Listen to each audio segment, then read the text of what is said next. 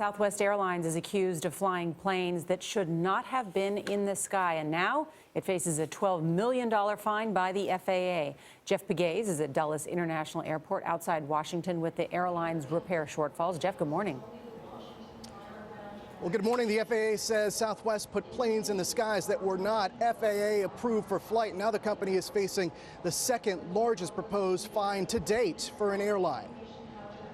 The $12 million proposed fine is a penalty for an airline that investigators believe ignored safety regulations for repairs to get planes back in the skies. According to documents CBS News obtained, the repairs were supposed to address the cracking of fuselage lap joints, which could result in sudden decompression of the aircraft, something that could have been catastrophic in flight.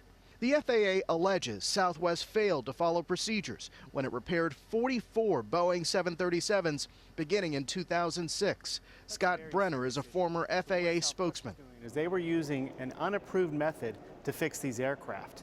The FAA says the planes were not supposed to be in the air and alleges that the airline put them back in service for another 30,000 flights. And they have very particular standards that they want other airlines to adopt.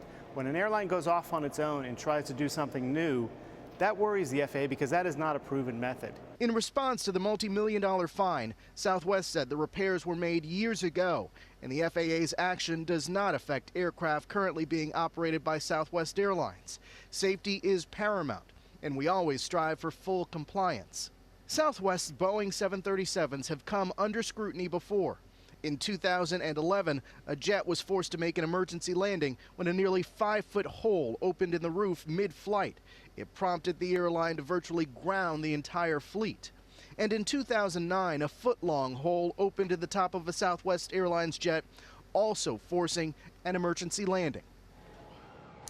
That same year, Southwest agreed to pay a $7.5 million fine for not properly inspecting planes. But in this latest case, because the planes were not FAA approved, according to FAA documents, the planes were not airworthy.